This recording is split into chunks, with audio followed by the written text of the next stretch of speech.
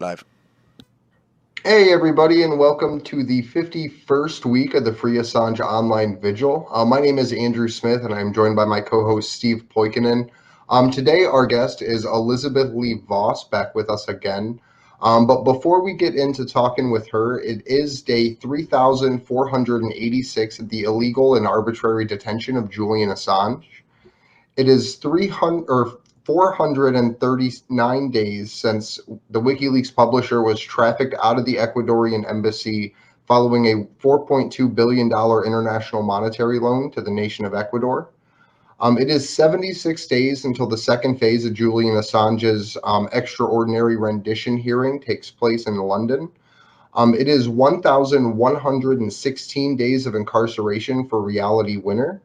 But in some good news, it is day 102 of freedom for Chelsea Manning. So I just wanted to thank everybody for joining us, and I will be posting some links here into the chat with our GoFundMe for DC because we are trying to fundraise to get out there. We've raised a little under $1,600 so far on our GoFundMe, but all the super chats you guys send in for when they'll make it to us will also go towards that, but we do prefer GoFundMe contributions directly. And if you aren't able to contribute because the world's pretty much gone insane in the last couple months, please feel free just to share the link around because that makes a big difference as well. But with that, how are you tonight, Steve? Trying to stifle a cough. I'm beat, homie. It has been hot, and I think I mentioned this before, but I'm a carpenter by trade, and I've been on a never-ending deck project, which like I'll probably be at this property right up until the day we get on a plane to go to DC. And for the last like 3 work days straight, I've done basically nothing but drill holes into concrete.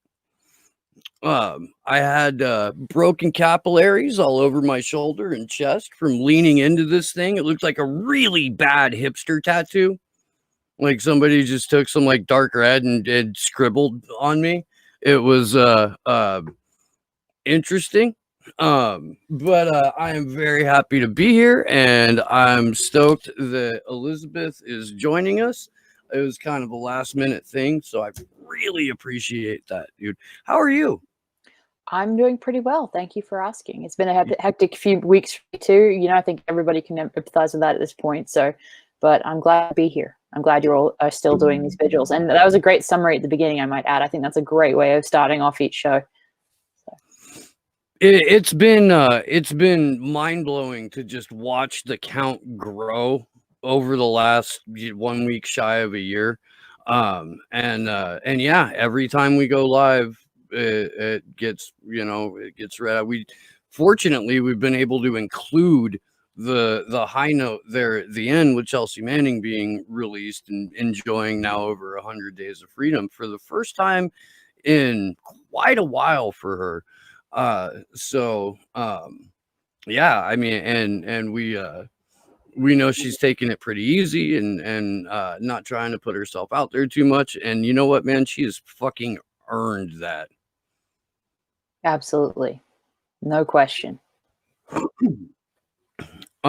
So how at liberty are you to talk about what you're working on? Can you tease people at all, or is this like total radio silence? Well, basically, I mean, last time we spoke, I was working on the Epstein article, so that's what I was referencing. Then I'm totally happy to talk about that. That was a project for quite a while.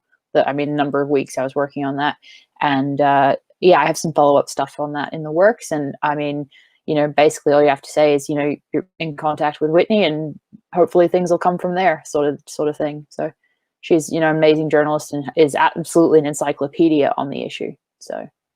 Yeah, it's nuts. Every time that she's on Slow News Day, she breaks brains, and it's one of those things where like I do a fair amount of prep before every interview that I have, but with Whitney, I've got like 4 pages of notes, and it still doesn't even begin to scratch the surface of what she's able to just Yeah. You know, Yeah, no, yeah, you have to just get enough time in there to allow her to just unfold the information she has. It's incredible.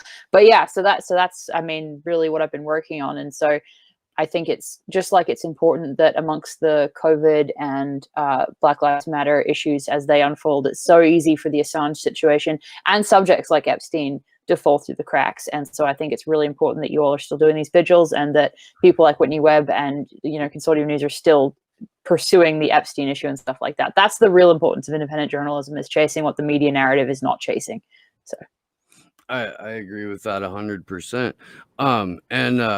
Oh man, I had something that was So just last week, right here. we talked about a article that got published in Consortium News, which was an open letter signed by 47 different political world leaders from across the world. And this was everyone from Ron Paul to Giannis to Mike Gravel to so many people in Parliament that I have no idea who they are.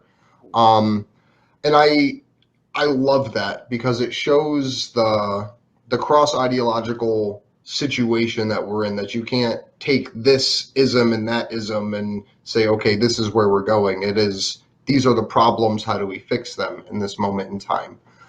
So what we did for this week's call to action is I went and got a couple of those people's contact information from that list of 47, and I'll put the link in the chat, but I'm asking that everyone take some time to say thank you for them, or to them, for this, because supporting Julian Assange, while it should be a basic thing, like, yes, I support him, in the realm of global geopolitics, it's essentially a death sentence for somebody to come out in favor of Julian Assange. We've seen what they've done to Chris Williamson over in the UK. We've seen what happens to US politicians like Tulsi Gabbard, that they get railroaded outside of the campaign, and all of these other things. So for these people in positions of authority to speak up for him does go a really long way, and is at great personal risk to them as well. So if you could, please take the time, everybody, to send them some thank you emails and thank you phone calls. I put the contact to their websites on there as well. But yeah, it's just a super, super important thing that these people, as they come forward in support of Julian, are met with people that say, thank you for doing this. What more can we do? yeah, I'll second that. Please do that. And it's all like, it's one of those things where I'm pretty sure there aren't people tripping over themselves to thank these people for speaking up about that. So it'll have significance. Like it won't just be, I'm sucking up to a politician because I want a bill passed. It's, you did the right thing without being prompted. That's rare. You deserve credit for that.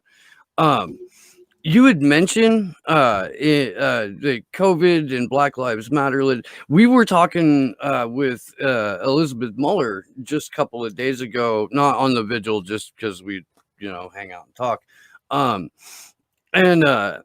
And she had brought up that there's a way to relate what is going on with Julian Assange and relate what is going on to journalists in general.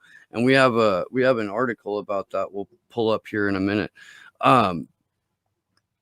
To the way that activists within Black Lives Matter get targeted, the way that fusion centers operate, and I want to know what you think about that, because you deal with an entirely different class of journalists than we usually do. Because Consortium News is freaking awesome, and it's where some incredible people go to publish their stuff. Is that an avenue, in your opinion, that you think is worth pursuing, on both in terms of putting out content about it, but also as part of our general activism? Well, I think in general and broad terms, I think the idea that activists are targeted across the board, not really dependent on the political leanings of the group, but pretty much any activist community is going to be targeted by the federal government and infiltrated to whatever degree. I would argue fusion centers are involved with that. As far as the specifics, should XY line of inquiry be followed? I think that if it's something that you find worthy of targeting as far as journalism, you should go out and do that. I would encourage Liz to write an article, to start up a blog and follow it.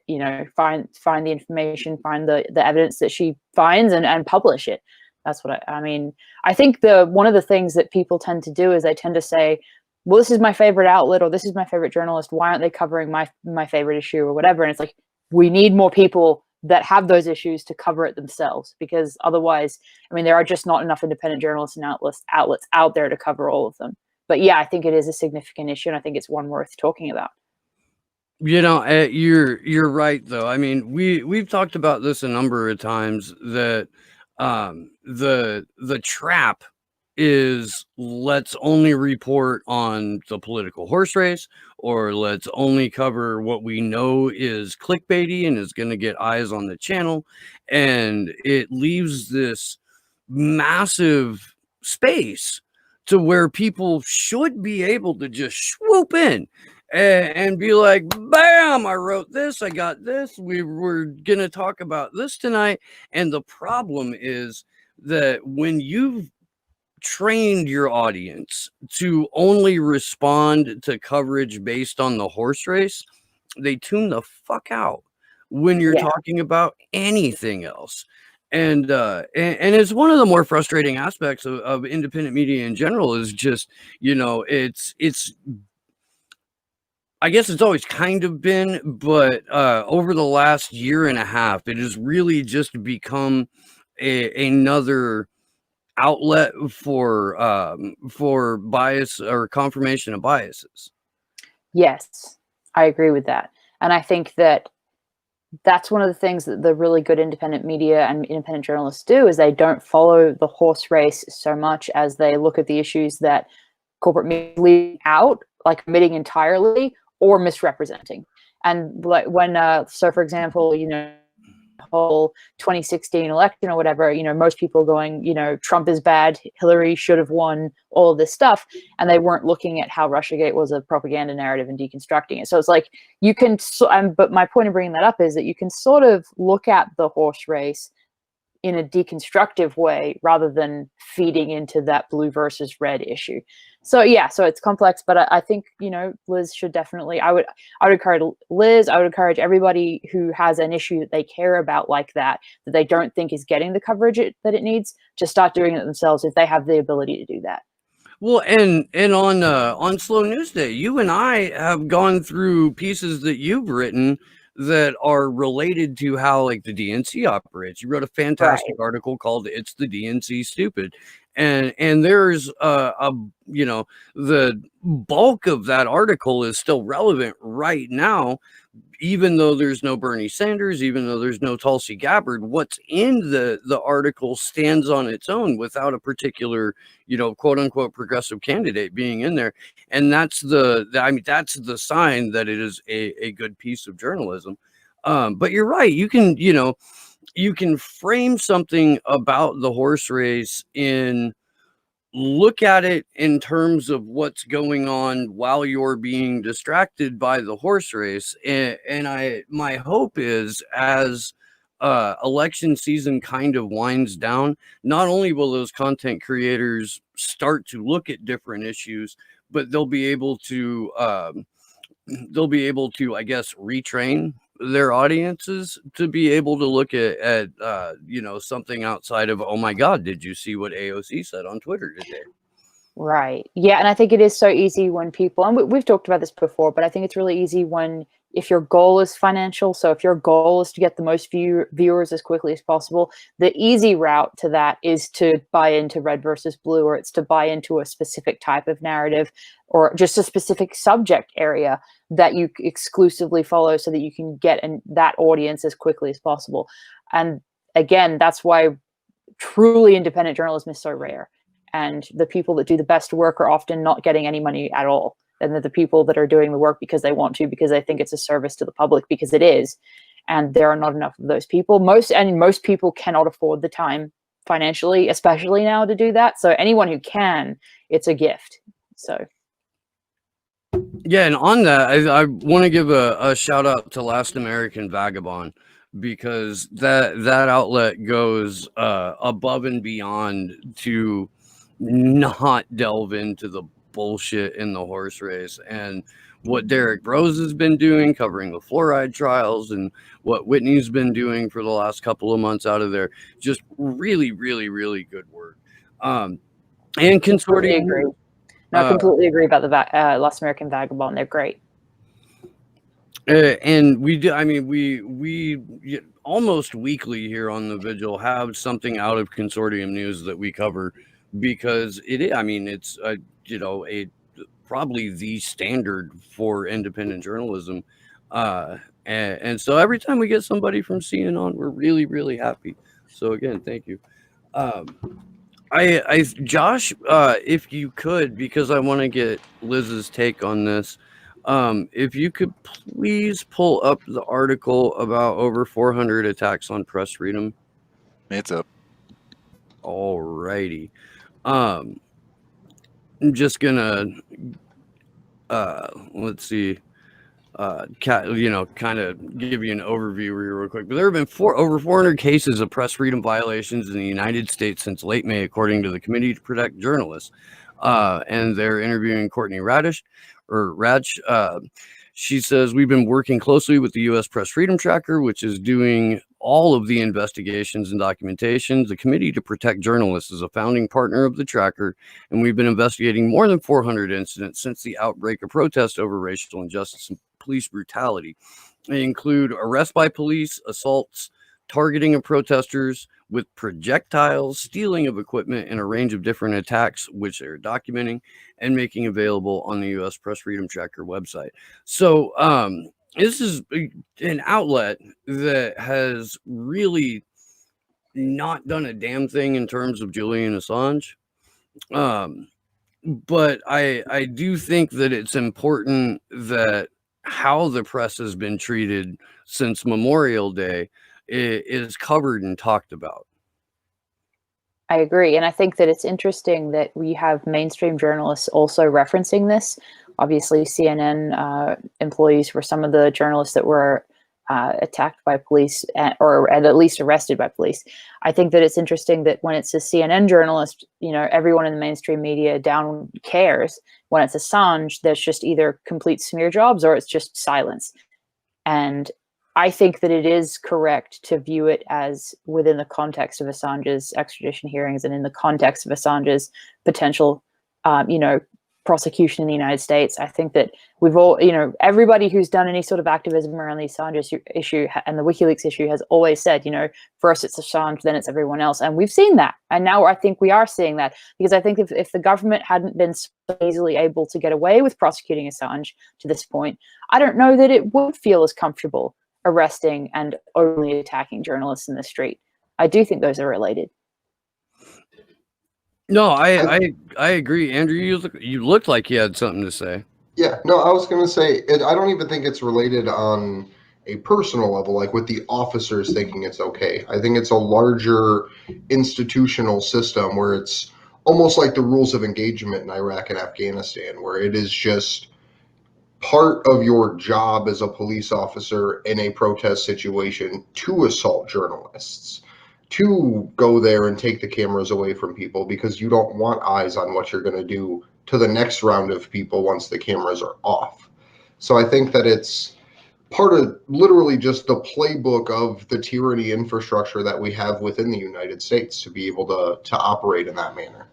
Completely agree. And I think one way you can look at it as well is not only the idea of it being an institutional culture, not just the guys on the ground thinking, oh yes, I'm going to attack this journalist or arrest them because Assange is also in prison. I'm not saying that at all, but I am saying that you can look at this as a microcosm of the attack against Assange and WikiLeaks, because just like the guys on the ground don't want the journalists to be able to document stuff they're going to do to protesters, the powers that be in a larger way don't want Assange and WikiLeaks to document what the powers that be are doing to the world. So it's the same crux of an issue on a larger and smaller scale, for sure. And I hope that we can really find a way to relate the two. So that way activist communities in general understand that what's happening to Assange is also happening to them in the streets. And I just don't know how to most effectively make that bridge with that thought idea of, if it can happen to him and it is happening to us, we need to stop it. I would say you could relate it by saying that anyone who tries to document abuses of power, whether it's on the street or in a corporation or in a government, are going to be attacked by the powers that they're trying to expose. And so you see that with Assange, and you see it with journalists on this. I think that's the simplest way to try to describe it for people. And I think that it does make sense if you have an open mind and you haven't already been propagandized against Assange. If you're not convinced already of the smear narratives against him, I think that that would make sense to the average person. That's why we have you on. That was well crystallized, and it's true. And there's another component to that as well, and that's for at least 15 years, U.S. police departments have been getting training by the IDF, and one of the just sort of classic moves from the Israeli Defense Forces is to take out journalists, and then also to take out women and children. We saw in Seattle, when it got hectic for the first night, there was like a 10-year-old kid that got a can of mace emptied into her face. Now, I'm not trying to say that we're it. If the police had never had the IDF training, that wouldn't have happened. But the way that it's normalized, and the way that people are just sort of trained or conditioned to view anyone who isn't wearing the same outfit that they are as the enemy, that mindset is what allows for horrific shit like this to happen.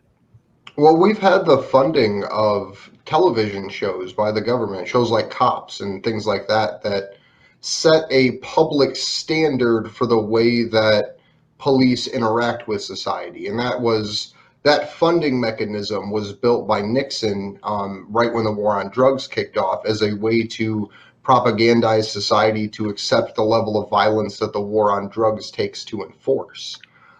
So we even see it going as deep as literal funding to grow generations of violent police officers.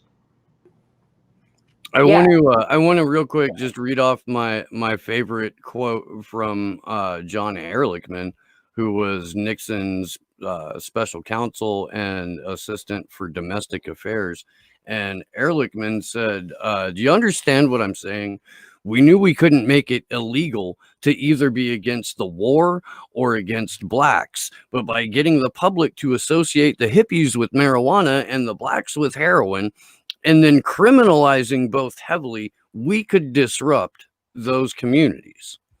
And that blueprint that Ehrlichman and Nixon put into play has just exploded over the last 25 years. And one of the people most responsible for that is the presumptive Democratic nominee for president. Chris Hedges said just the other week that Biden is worse than Trump. Trump inherited this system. Biden was one of its architects. And that's my new favorite Chris Hedges quote. Absolutely. I think you really can't outdo Chris Hedges in synthesizing that information, and he was spot on, completely spot on. And that's exactly why I would never vote for Biden. I don't, almost no matter who he was against, I would never vote for him, because it's, just as Chris Hedges said, he was one of the architects of everything wrong with America today. Almost everything, I should say, at least in the last few decades. Everything that's been constructed and enforced in the last few decades in recent memory has had Joe Biden and Hillary Clinton and Bill Clinton all over it, in addition to the Republicans. So, and there was an analysis somewhere recently that basically talked about the fact that it was under the Clintons that essentially that's when the Democrats sort of shifted into diet Republicans, and they shifted to be against all of the people that they claim to represent. And I think that's really true, and I think it's accurate. And so I think that you really couldn't do any worse than Joe Biden, unless maybe you got Hillary Clinton. Because, I mean, it's hard to know which one's worse, in the sense that at least Hillary Clinton doesn't seem to have dementia, but they're both equally bad. It's like, So, right? Do you want a cognizant psychopath, or do you want one that like will just walk off screen in the middle of a live? where it depends on yeah. I mean, it's just at that point. But and which one's going to lose worse to the WWE heel? It's just Well, there is another wrestler stepping up, Jesse Ventura. Is So that we can, is that for sure? and I don't know, but if you remember right, following 2016, there was a Draft the Rock campaign for the Democratic Party. So I'm really hoping that it'll be like Jesse Ventura versus The Rock versus Donald Trump. Like, I just think that pro wrestling matchup would be fucking Hey, it's like, more honest. yeah. I mean, because everybody knows wrestling is fake. Sorry if that's a spoiler for anybody. But Damn it. I mean, even so, if we look at politics, and we here know that it's fake too, in the same way. So it's more accurate to have wrestlers as politicians. I mean, I don't know. It's beyond words at some point. But yeah, I just can't wait for Governor Hulk Hogan. That'll be my favorite. He couldn't do any worse than like Rick Scott has done in Florida. He really couldn't. In terms of the Democrats being Republican-like, and I'm sure that like you guys know this, but I'm not sure if everybody in the chat does. In 1986, something called the Democratic Leadership Council was formed, and it was formed because the Democrats had just gotten the crap kicked out of them in 2 presidential elections in a row. There was a wholesale rejection of the party in general, but what they stood for as well. Unions were crumbling on purpose. And so Bill Clinton and the Koch brothers and a number of other just titans of industry got together and said, never again are we going to lose, because we're seen as the people who are against corporations. So we're going to embrace them. And even Clinton himself was sort of a dark horse in that 92 race that was supposed to be handed to Governor Moonbeam, Jerry Brown. There was a just vicious smear campaign put out by the Clinton machine. And they had cohorts in the Bush family, which they're related. And Jerry Brown was just, I mean, he was dog walked all over TV all day, every day. And the result of that was him losing his home state in a primary to Bill Clinton, which Hillary Clinton was quick to bring up. When she was down to Obama, she was like, well, my husband, he won California late in the game, so it's possible that I could. And we should remember what happened to Bobby Kennedy too. I remember that. It got her on fucking Keith Olbermann's worst person in the world bit. Do you remember that bit? Yep. He did one on Hillary Clinton, and it was like the last negative thing he was ever allowed to say about Hillary Clinton. And is it even still on the internet somewhere? I mean, if they scrubbed it completely from social media, I would imagine. I'm gonna look right now, because I'll take a copyright claim on my channel to play that.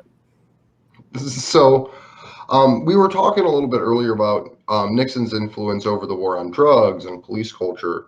But to tie him back into this conversation too, just in a way, a lot of the campaign finance, all actually of the campaign finance issues that we have now harken back to Nixon. Because I want to say it was like 1907 and 1916, there was legislation passed that blocked electrical companies, gas companies, and corporations from contributing in any way, shape, or form to political campaigns, like a total and utter ban on political campaigns at the start of the original progressive era back in the day, which wasn't a great era, but just to frame it in history. Nixon, I believe it was in 1974, passed what was called light money in politics and created the FEC. And essentially what it did is it shifted how political campaigns were allowed to be financed, and it injected what was called soft political money, which didn't allow corporations and utility companies to directly pay political candidates, but they could purchase what's called in-kind donations, which is essentially we'll buy your T-shirts and your signs, and we'll get your advertisements put up, but we can't give you money. We can just buy you things. So that's how the influence started, and then you see it escalate to where, like we had talked about in the mid 80s, to where they started breaking the trade unions because the corporations had reached this high level of influence. So there's a lot, even just from this show, that ties back into the Nixon administration and what they did in the years leading up to impeachment in his second term that are still felt today in our society. Wow, that's good to know. And, I think that to bring it back to Assange for a moment, I'd like to ask